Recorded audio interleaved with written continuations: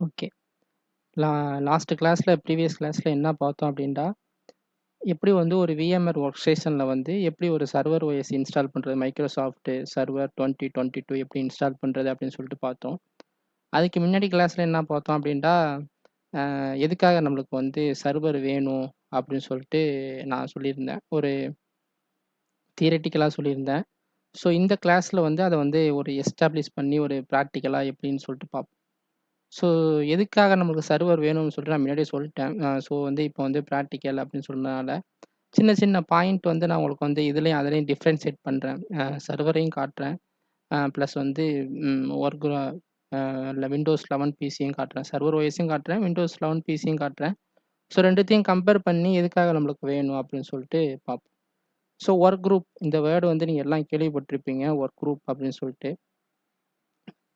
Work குரூப்புங்கிறது வந்து stand alone அப்படின்னு சொல்லுவாங்க. ஸ்டாண்ட் அலோன்னா ஒரு பிசிய வந்து ஒர்க் குரூப் அப்படின்னு சொல்லிட்டு சொல்லுவாங்க. ஏன்னா, அது இப்ப நீங்க ஃபர்ஸ்ட்டு ஒரு விண்டோஸ் ஓஎஸோ இல்லாட்டி சர்வர் ஓஎஸ நீங்க இன்ஸ்டால் பண்ணாலுமே, அது வந்து உங்களுக்கு ஒர்க் குரூப்ல தான் இருக்கும்.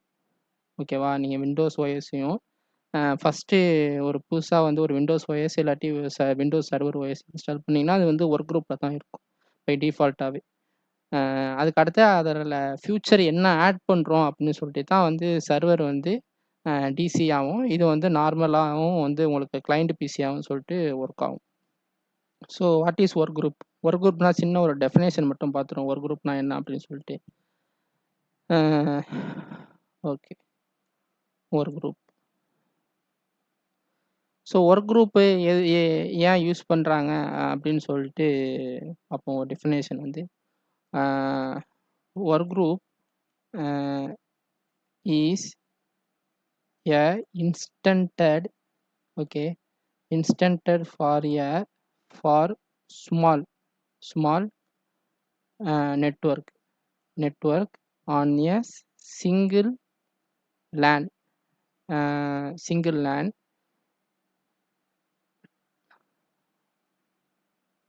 for a single LAN கொஞ்சம் பெருசாக்கிறேன் டெஃபினேஷன் கொஞ்சம் பெருசா single LAN to share a resource resource okay.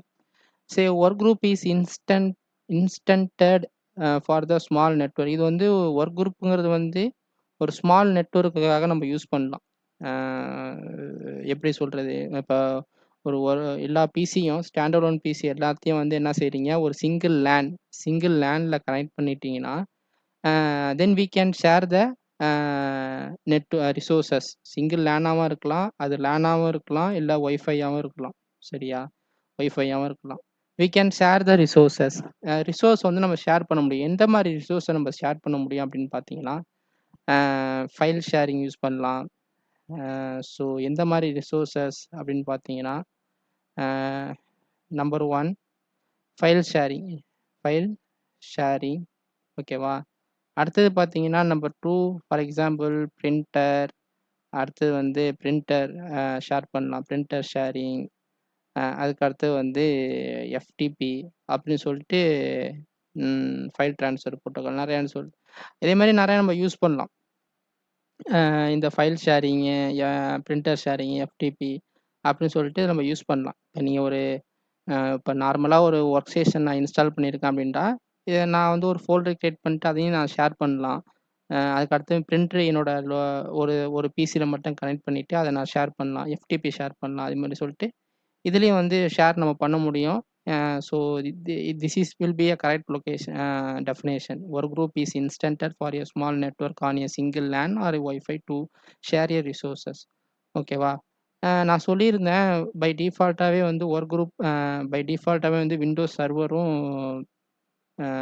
Windows 11 Windows 10, Windows 7 work குரூப்ல தான் இருக்கும் அப்படின்னு சொல்லிட்டு சொல்லியிருந்தேன். அத நான் காட்டுறேன் எப்படின்ட்டு. பார்த்துருவோம் அதையும். ஸோ இது என்னோட சர்வரு. ஸோ நான் ரன் கமாண்ட்ல போயிட்டு sysdm.cpl அது குடுத்தேன்னா எனக்கு வந்து அந்த ப்ராப்பர்ட்டீஸ் ஓப்பன் ஆகும். சிஸ்டம் ப்ராப்பர்ட்டீஸ் ஓப்பன் ஆகும். அதில பார்த்தீங்கன்னா, ஒர்க் குரூப்போட மோடு வந்து ஒர்க் குரூப் தான் இருக்கு. ஒர்க் குரூப்போட மோடு வந்து ஒர்க் குரூப்ல தான் இருக்கு. இதில பார்த்தீங்கன்னா, ஒர்க் குரூப்லயும் தான் இருக்கு. ஓகேவா? பை டிஃபால்ட்டாவே வந்து ஒர்க் குரூப்ல தான் இருக்கும் சர்வரும். சர்வர் நீங்க இன்ஸ்டால் பண்ணாமயே பை டிஃபால்ட்டா வந்து அது ஒர்க் குரூப்ல தான் இருக்கும். ஸோ, இப்ப என்னோட கிளையண்ட் பிசியும் அந்த விண்டோஸ் 11 பிசியும் பார்த்துரலாம். அ இதில போயிட்டு ஓகே சேம் கமாண்ட் ரன் பண்ண sysdm.cpl சிஸ்டம் ப்ராப்பர்ட்டீஸ் ஓப்பன் ஆகும்.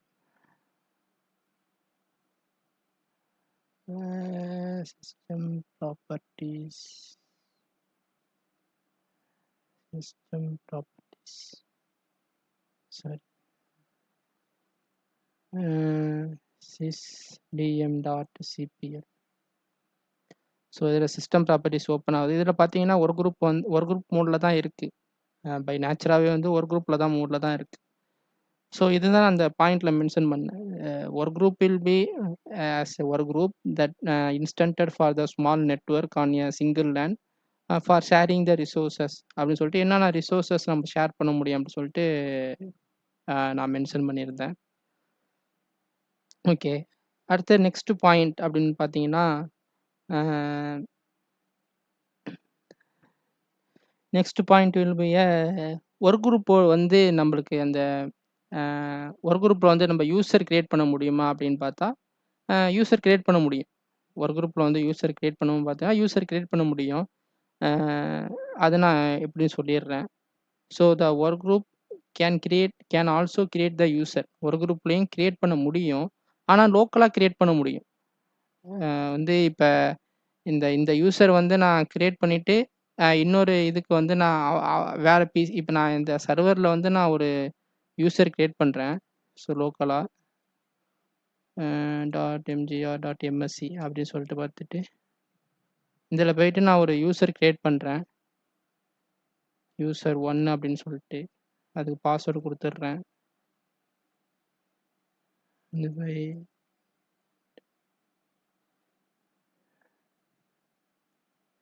ஸோ அதுக்கு பாஸ்வேர்டு கொடுத்துட்றேன். ஸோ நான் இந்த யூசரை வந்து நான் மற்ற இதுக்கு ஷேர் பண்ண முடியுமா அப்படின்னு பார்த்தா முடியாதுங்க.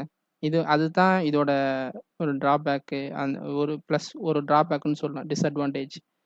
ஸோ இந்த யூசர் வந்து இந்த லோக்கல் மிஷின் மட்டும் தான் இருப்பாங்க. இந்த லோக்கல் மிஷின்ல மட்டும் தான் இந்த யூசரால அக்சஸ் பண்ண முடியும். இத பார்த்தீங்கன்னா, அதே இதில போறேன். lusng.msc அதில யூசர் ப்ராப்பர்ட்டீஸ்ல போனீங்கன்னா, எனக்கு வந்து இதில அந்த யூசர் இருக்க மாட்டாங்க.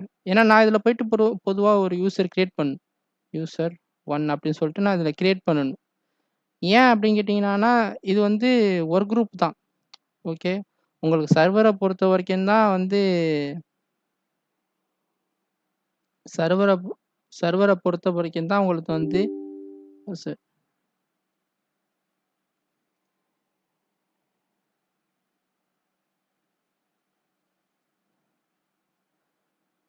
சர்வர பொறுத்த வரைக்கும் தான் உங்களுக்கு வந்து ஒரு யூசர் கிரியேட் பண்ணி அதில வந்து நம்ம அந்த யூசர் வந்து மத்த இதில லாகின் பண்ண முடியும். டொமைன் பிசில லாகின் பண்ண முடியும் அப்படின்னு சொல்லிட்டு. ஆனா இது ஒர்க் குரூப்ங்கிறனால ஸ்டாண்ட் அலோன். ஸ்டாண்ட் அலோன்னா இப்ப நீங்க இதில கிரியேட் பண்ணிட்டீங்கன்னா, இந்த யூசர் வந்து இதில லாகின் பண்ண முடியாது. இன்னொரு பிசில லாகின் பண்ண முடியாது. ஸோ நான் முன்னாடியே சொன்ன மாரி தான். ஃபர்ஸ்ட்டு ஒரு வீடியோல மென்ஷன் பண்ணேன்ல. ஸோ எனக்கு வந்து ஒரு ஒரு 10 அ பேட்ச் இருக்குன்னா, ஒரு 10 பேட்ச்ல ஒரு பேட்ச்ல 10 பேர் இருக்காங்கன்னா, எனக்கு ஒரு 3 பேட்ச்ல வந்து 10 பேர் தான் 30 பேர் ஆயிடுச்சு. ஸோ எனக்கு எந்த யூசர்ல இந்த 30 ஒரு 10 யூசரையும் நான் இதில கிரியேட் பண்ணணும். இதுலயும் கிரியேட் பண்ணணும், இதுலயும் கிரியேட் பண்ணணும். ஏன் அப்டின்டா நெக்ஸ்ட் டே வரப்ப அவங்களுக்கு வந்து எந்த பிசில உட்காருவாங்கன்னு சொல்லிட்டு நமக்கு தெரியாது. ஓகேவா? அதனால வந்து நான் 10 யூசர இதுலயும் கிரியேட் பண்ணணும், இதுலயும் கிரியேட் பண்ணணும். அப்ப நான் எத்தன பிசி வச்சிருந்தாலுமே நான் அதில வந்து 10 யூசரையும் கிரியேட் பண்ணிட்டே போயிட்டு இருக்கணும்.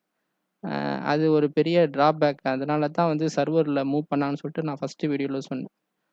ஸோ இந்த யூசரு வந்து பார்த்தீங்கன்னா, இது வந்து பை டிஃபால்ட்டா வந்து அட்மினிஸ்ட்ரேட்டர்ன்னு இருக்கும். அடுத்து வந்து டிஃபால்ட் அக்கவுண்ட் ஒண்ணு இருக்கும். கெஸ்ட் ஒண்ணு இருக்கும். WAD யுட்டிலிட்டி அக்கவுண்ட் அப்படின்னு சொல்லிட்டு ஒண்ணு இருக்கும்.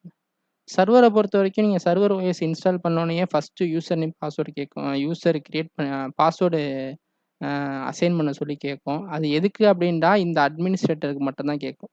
சர்வர பொறுத்தவரைக்கும் சர்வர உங்களுக்கு இன்ஸ்டால் பண்ணிட்டு பாஸ்வேர்ட் கேட்கறப்ப பை டிஃபால்ட்டாவே வந்து சர்வரோட அட்மினிஸ்ட்ரேட்டரோடது யூசர் மோடு வந்து எனேபிள் ஆயிடும். ஆனா, நீங்க இதே ஒரு விண்டோஸ் 11ல பார்த்தீங்கன்னா, பை டிஃபால்ட்டா நீங்க விண்டோஸ் 11 வந்து ஒரு ஃப்ரெஷ் ஓஎஸ் இன்ஸ்டால் பண்றீங்கன்னா, அது வந்து உங்களுக்கு யூசர் நேமும் கிரியேட் பண்ண சொல்லும். பாஸ்வேர்டும் கிரியேட் பண்ண சொல்லும். ஓகே. யூசர் நேமும் கிரியேட் பண்ண சொல்லும். பாஸ்வேர்டும் கிரியேட் பண்ண சொல்லும். பை டிஃபால்ட்டா வந்து அட்மினிஸ்ட்ரேட்டர் அக்கவுண்ட் வந்து இதில டிசேபிள்ல தான் இருக்கும். நீங்க கிரியேட் பண்ற யூசர் தான் வந்து உங்களுக்கு வந்து அந்த யூசரோட ரைட்ஸ் எல்லாம் எடுத்திருப்பாங்க. ஓகேவா? அ இது ஒரு பாயிண்ட் எடுத்தீங்க. ஸோ நெக்ஸ்ட் பாயிண்ட் வந்து இந்த யூசர் அக்கவுண்ட் எல்லாம் எங்க சேவ் ஆகுது அப்படின்னு சொல்லிட்டு பார்ப்போம். இந்த யூசர் அக்கவுண்ட் எல்லாம் இந்த சர்வர்லயும் சரி, இந்த விண்டோஸ் 11 அதுலயும் எங்க சேவ் ஆகுது அப்படின்னு சொல்லிட்டு பார்த்தீங்கன்னா, ஸோ நம்ம அடுத்து என்ன பார்த்தோம்னா, how to create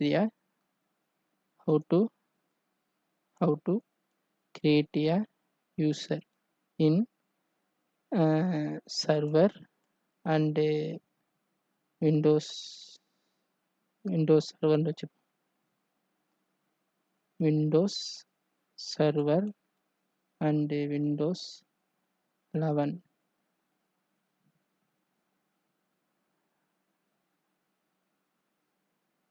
How to create a user. First ஒரு குரூப்னா என்னன்னு பார்த்தோம். செகண்ட் இது ஃபர்ஸ்ட் பாயிண்ட் ஆச்சுங்க. ரெண்டாவது how to create a user in Windows server and Windows 11 okay locally அப்படின்னு சொல்லிட்டு பார்த்தோம்.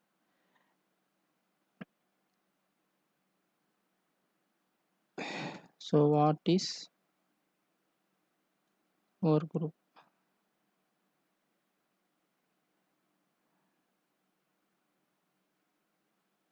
கீழே இருக்கிறேன்.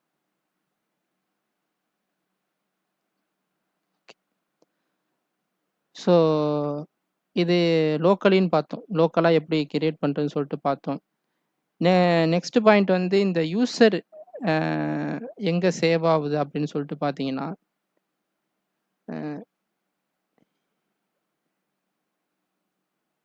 இந்த யூசர் எங்கே சேவ் ஆகுது அப்படின்னு சொல்லிட்டு பார்த்தீங்கன்னா, there is an call database SAM அப்படின்னு சொல்லிட்டு பை டிஃபால்ட்டாகவே வந்து விண்டோஸ்லேயும் விண்டோஸ் சர்வர்லேயும் இருக்கும். பை டிஃபால்ட்டாகவே வந்து SAM டேட்டாபேஸ் அப்படின்னு சொல்லிட்டு சொல்லுவோம். SAM டேட்டாபேஸ்னால் என்னென்னா செக்யூரிட்டி அக்கௌண்ட் மேனேஜர் அப்படின்னு சொல்லிட்டு அர்த்தம் SAM database. So SAM database is used to save the username and password for the Windows. ஓகேவா? SAM database. Okay. What is SAM database? SAM database. So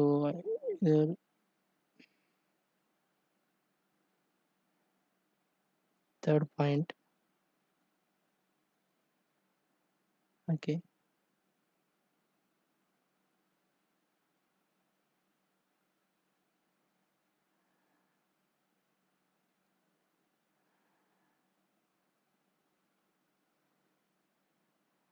SAM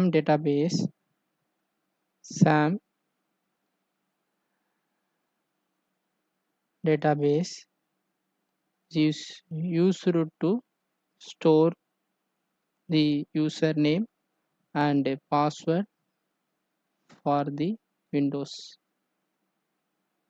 okay. SAM database வந்து என்ன செய்யும்னா, நீங்கள் ஒரு user name பாஸ்வேர்டை வந்து save பண்ணுறதுக்காக use பண்ணுறது ஒரு டேட்டாபேஸ் தான் விண்டோஸில்.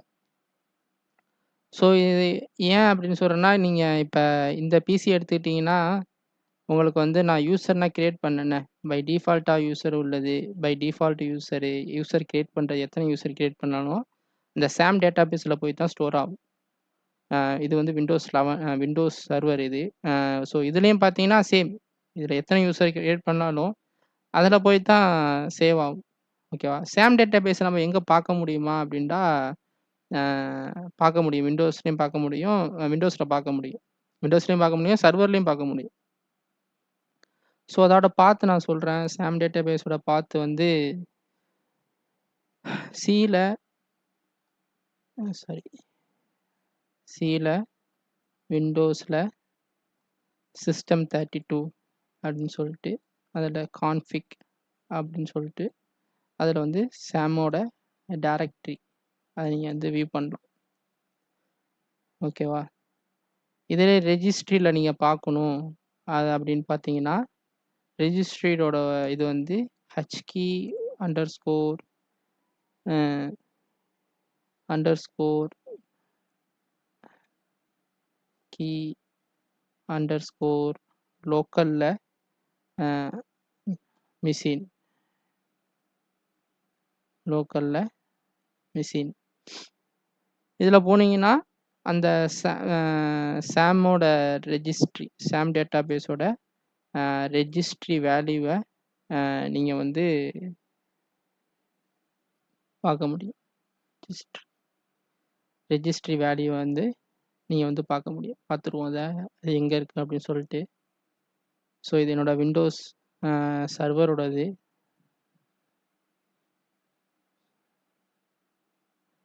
C:'ல் விண்டோஸில் சிஸ்டம் 32 அதில் போனீங்கன்னா கான்ஃபிக் அதில் போனீங்கன்னா சாமோட ரெஜிஸ்ட்ரி சாமோட டைரக்டரி நீங்கள் பார்க்க முடியும். அதே இதுலேயும் பார்த்துருவோம். விண்டோஸ் 11ல்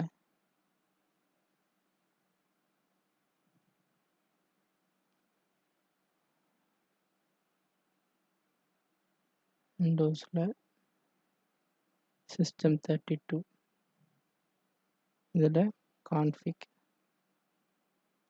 அப்படின்னா சாமோட டேட்டாபேஸு உங்களுக்கு இருக்கும்.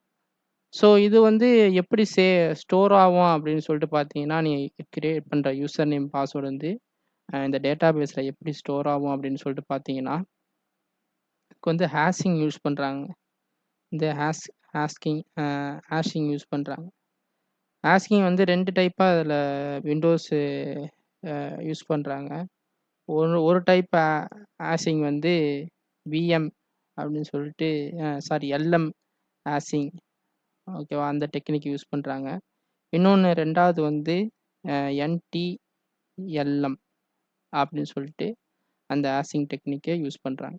இது வந்து 2மே வந்து சேவ் பண்ணுறது. இந்த நீங்கள் சர்வரில் ஒரு பாஸ்வேர்டு சேஞ்ச் பண்ணாலும் சரி, அதுக்கடுத்து வந்து விண்டோஸில் நீங்கள் பண்ணாலும் சரி, விண்டோஸ் 11 ப்ரோவில் பண்ணாலும் சரி, இல்லை விண்டோஸ் 10ல் இந்த அல்காரிதம் யூஸ் பண்ணுறாங்க. நல்லா கவனிச்சிங்க. நான் இப்போ சொல்கிறது விண்டோஸ் சர்வர் அப்படின்னு சொல்கிறது ஏடி எந்த ஃபியூச்சரும் இன்ஸ்டால் பண்ணாமல் டைரெக்டாக நான் ஃப்ரெஷ் ஓஎஸ் போட்டிருக்கேன் பாருங்க, அதை பற்றி தான் நான் பேசிகிட்டு இருக்கேன்.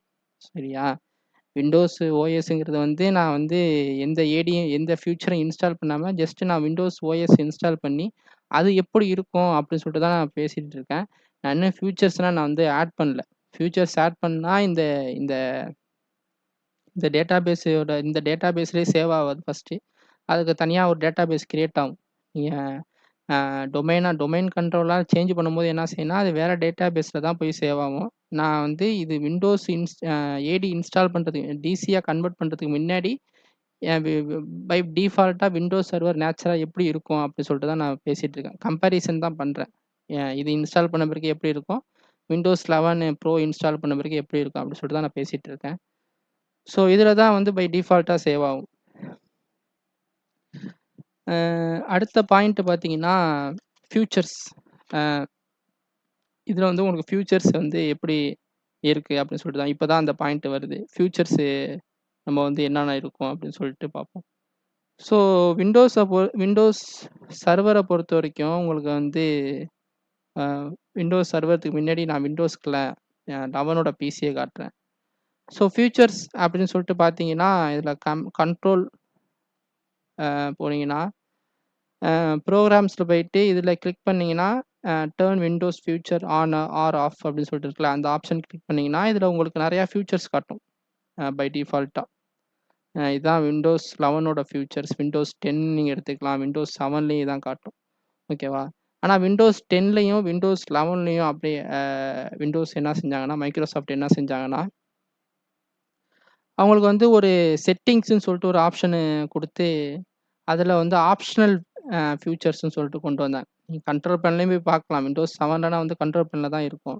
ஆனா விண்டோஸ் 10லயும், விண்டோஸ் 11லயும் வந்து ஆப்ஷனல் ஃபியூச்சர்ஸ் அப்படின்னு சொல்லிட்டு ஒரு ஆப்ஷ் ஆப்ஷனல் ஃபியூச்சர்ஸ் ஓகேவா? ஆப்ஷனல் ஆப்ஷனல் ஃபியூச்சர்ஸ்ன்னு சொல்லிட்டு இருக்கும். அதில போனீங்கன்னா, ஆப்ஷனல் ஃபியூச்சர்ஸ்ன்னு சொல்லிட்டு உங்களுக்கு இருக்கும். அதில போனீங்கன்னா நெறையா இருக்கு உங்களுக்கு. ஓகேவா? இதில டவுன்லோடு சைஸு, அ அதுக்கடுத்து வந்து ஃபியூச்சர்ஸ் எப்படி ஆட் பண்றதுன்னு சொல்லிட்டு நான் அடுத்த வீடியோல போடுறேன். ஏதாச்சும் ஒரு மெயின் ஃபியூச்சர்ஸ் எப்படி ஆட் பண்றது அப்படின்னு சொல்லிட்டு. ஸோ இதே நீங்க வந்து விண்டோஸ் 10ல பார்த்தீங்கன்னா, இங்க தாங்க நீங்க வந்து அந்த விண்டோஸோட ஃபியூச்சர்ஸ், விண்டோஸ் சர்வர்ஸ் வந்து எப்படி வந்து ஃபியூச்சர்ஸ் வந்து எடுத்துக்குது அப்படின்னு சொல்லிட்டு நீங்க பார்ப்பீங்க. அதே நான் கண்ட்ரோல் பேனல்ல தான் போறேன். ஸோ இங்கேயே நீங்க வந்து பார்க்கலாம். அந்த turn Windows features on or ஆஃப்ன்னு சொல்லிட்டு அந்த ஆப்ஷனே குடுத்துருப்பான். ஆனா, இதில கிளிக் பண்ணும்போது தான் உங்களுக்கு தெரியும் அது வந்து என்னென்ன ஃபியூச்சர்ஸ் அப்படின்னு சொல்லிட்டு. இப்ப நான் கிளிக் பண்றேன் பாருங்களேன். டைரக்ட்டா விண்டோஸ் சர்வர் மேனேஜருக்கு போகுது பார்த்தீங்களா? இதாங்க விண்டோஸோட சர்வரோட ஃபியூச்சர்ஸ். பார்த்தீங்களா? இது நான் எதுவுமே கிளிக் பண்ணல. அதை கிளிக் பண்ண உடனே உங்களுக்கு வந்து ஆட் ரோல்ஸ் அண்ட் ஃபியூச்சர்ஸ்ன்னு வந்துச்சு பாருங்க. ஸோ நார்மலா வந்து நீங்க விண்டோஸ் 11 எடுத்தீங்கன்னா, பை டிஃபால்ட்டாவே அதில ஒரு ஃபியூச்சர்ஸ் இருக்கு. அது அது வந்து அந்த ஃபியூச்சர்ஸ நீங்க வந்து விண்டோஸ் 11ல யூஸ் பண்ணலாம். ஆனா விண்டோஸ் சர்வர பொறுத்தவரைக்கும் உங்களுக்கு மோர் ஃபியூச்சர்ஸ் இருக்கு. அதில வந்து நீங்க வந்து ஏடிடிஎஸ் சொல்லலாம், டிசி சொல்லலாம். அதுக்கு அடுத்து வந்து டிஎன்எஸ் சொல்லலாம், டிஹெச்சிபி சொல்லலாம். ஸோ நெறையா ஃபியூச்சர்ஸ் இருக்கு. யூசர் குரூப்ஸ் சொல்லலாம். நெறையா இருக்கு. ஸோ இதுதான் உங்களுக்கு மெயின் கான்செப்ட். நான் அதுக்காக தான் கம்பேரிசன் சொன்னேன். ஓகேவா? ஸோ நெக்ஸ்ட் வீடியோல நம்ம என்ன பார்ப்போம் அப்படின்னு சொல்லி பார்த்தா, இந்த சர்வர வந்து எப்படி வந்து அ டிசியா கன்வெர்ட் பண்றது, டிசியா வந்து ப்ரமோட் பண்றதுன்னு சொல்லிட்டு பார்ப்போம். ஸோ நான் வந்து நெக்ஸ்ட் வீடியோல வந்து இந்த இதுலேருந்து ஆரம்பிக்கிறேன். ஓகேவா? உங்களுக்கு வந்து எப்படி வந்து அத டிசியா ப்ரமோட் பண்றது அப்படின்னு சொல்லிட்டு பார்ப்போம். நான் வந்து டிசிக்கு வந்து டெஃபினேஷன் குடுக்குறேன். அதுக்கு அடுத்து வந்து ஏடிடிஎஸ்க்கு வந்து டெஃபினேஷன் குடுக்குறேன். அதுக்கு அடுத்து கொஞ்சம் கொஞ்சமா அடுத்தது யூசர்னா என்ன? ஓயூனா என்ன? குரூப்ஸ்னா என்ன? அதுக்குன்னு சொல்லிட்டு பார்ப்போம். ஆட்ரிபியூட்ஸ்னா என்ன? ஆட்ரிபியூட்ஸ் வேல்யூனா என்ன? அப்படின்னு சொல்லிட்டு பார்ப்போம். Okay, by. நெக்ஸ்ட் வீடியோல உங்கள சந்திக்கிறேன்.